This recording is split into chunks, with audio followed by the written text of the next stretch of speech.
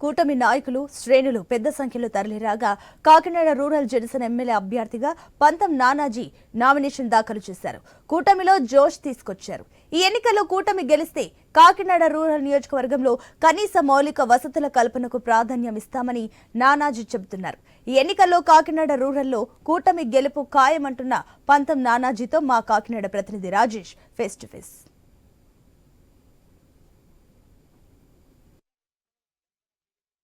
కూటమి ఉమ్మడి అభ్యర్థి ఎవరైతే పంతం నానాజీ జన సంద్రోహంతో కాకినాడ రూరల్ ఎంఆర్ ఆఫీస్లో నామినేషన్ వేయడం జరిగింది. అయితే ప్రస్తుతం ఎవరైతే పంతం నానాజీ మన వద్దరు వారిని అడిగి మరింత సమయం అడిగి తీసుకునే ప్రయత్నం చేద్దాం. సార్ చెప్పండి, ఈరోజు చూసుకుంటే జన సంద్రోహంతో ఎంతో జన కోలాహలంతో ఈరోజు మీరు నామినేషన్ చేయడం జరిగింది. అసలు మీకు ఎలా అనిపిస్తుంది?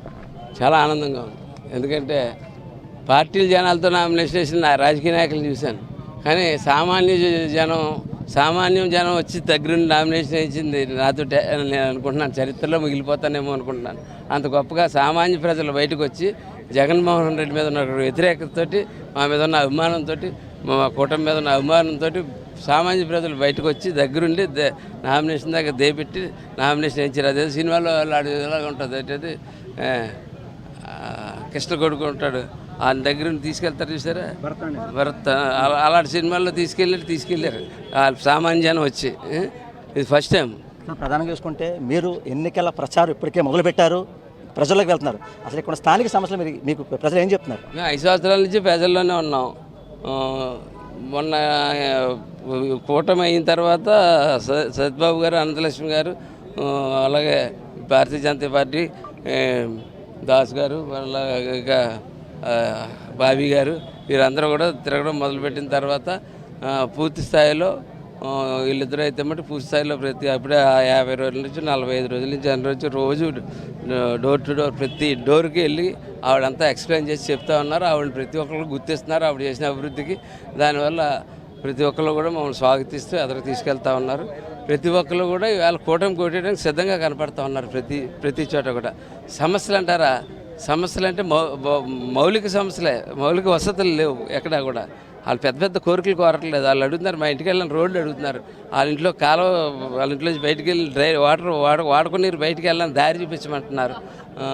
అది కొంచెం క్లీనింగ్ చేయమంటున్నారు, దోమల మందు కొట్టమంటున్నారు, బ్లీచింగ్ పౌడర్ కొట్టమంటున్నారు, ఈదిలో దీపం ఆరిపోతే దీపం వేయమంటున్నారు, మంచినీళ్ళు సరైన ఇవ్వమంటున్నారు. ఇటువంటి చిన్న చిన్న కోరికలు, హాస్పిటల్ వైద్యం సరైన వైద్యం చేయించమంటున్నారు.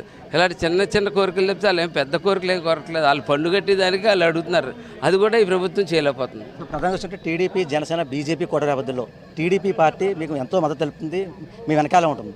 అయితే ఇవన్నీ చూస్తే మీ యొక్క 2024 మెజార్టీ కానీ మీ గెలుపు కానీ ఏ రకంగా ఉండబోతుంది? చాలా భారీ ఎత్తున మెజార్టీ ఉంటుంది. ఇవాళ ఆల్రెడీ పవన్ కళ్యాణ్ గారు నేను నాకు బీఫామ్ ఇచ్చేటప్పుడే నా చేతిలో పీపుల్స్ వారు ఏదో సర్వే ఒకటి, మా పార్టీ చేయించిన సర్వే ఒకటి పెట్టారు. అందులో 30,000 మెజార్టీ ఖచ్చితంగా కనపడతా ఉంది. కానీ దాన్ని ఏంటంటే ఓటుని బూత్కి చేర్చుకోగలిగి ఎలక్షనీరింగ్ చేసి ఇది ఉండాలి.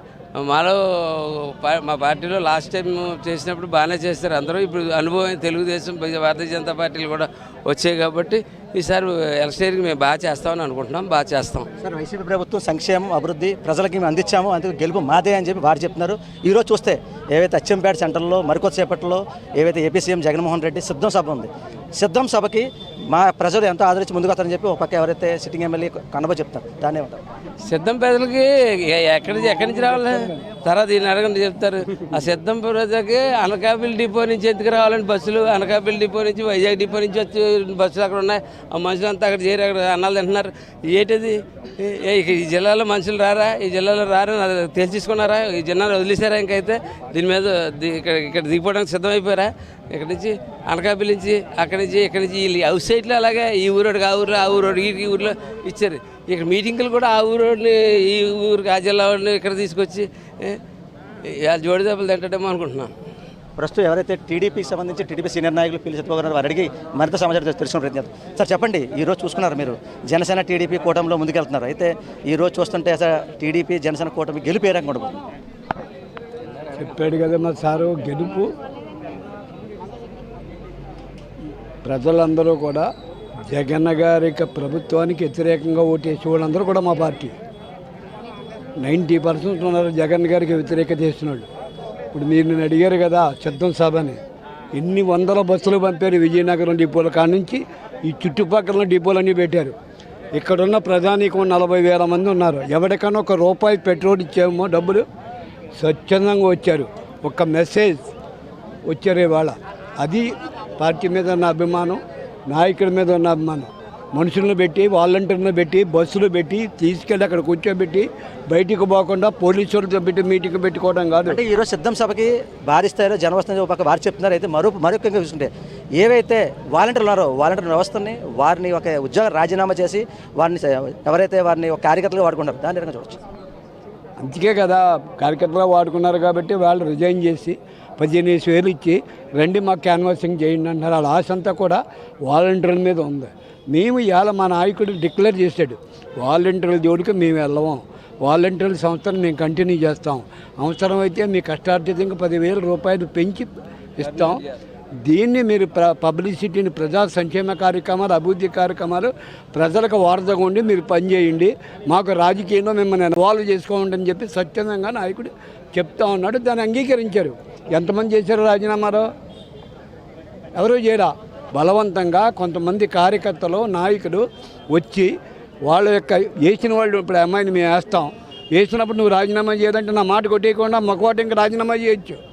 అలా చేశారు తప్ప ఇప్పటి వరకు రాజీనామాలు చేసిన సందర్భాలు లేవు. ఉన్న వాళ్ళందరికీ కూడా ఉద్యోగాలు ఇస్తారని చెప్పాడు. నాయకుడు ఏది చెప్తే అది చేయడానికి రెడీగా ఉన్నాడు. అటువంటి నాయకుడు కాబట్టి వాళ్ళు ప్రజలందరూ స్వచ్ఛందంగా వస్తున్నారు. మాకు ప్రధానంగా చూసుకుంటే ఏవైతే వైసీపీ ప్రభుత్వం ఏవైతే సంక్షేమ అభివృద్ధిని చెప్తున్నారో అయితే ప్రజలకు ఎక్కడ అందుబాటులో లేవు, ఎక్కడ అంటే వారికి అయితే చేసే పరిస్థితి ఎక్కడ లేదని చెప్పి మరోపక్క చూసుకుంటే ఏవైతే జనసేన ప్రభుత్వం వస్తే ఖచ్చితంగా ఇక్కడ ముఖ్యంగా మౌలిక సదుపాయాలు ఏవైతే అవన్నీ తీరుస్తాము, ప్రజలకు ఏవైతే ప్రధాన సమస్యలు ఆ సమస్యలను తీర్చిద్దామని చెప్పి ఎవరైతే పక్క జనసేన, టీడీపీ, బీజేపీ, జనసేన అభ్యర్థి, కూటమి అభ్యర్థి ఎవరైతే పంతో నానాజీ, మరోపక్క టీడీపీ సీనియర్ నాయకులు పిల్లి సత్యబాబు చెప్పే పరిస్థితి. ఇది కూడా తాజా పరిస్థితి. కెమెరా పర్సన్ సురేష్తో Rajesh, I News, Kakinada rural నుంచి.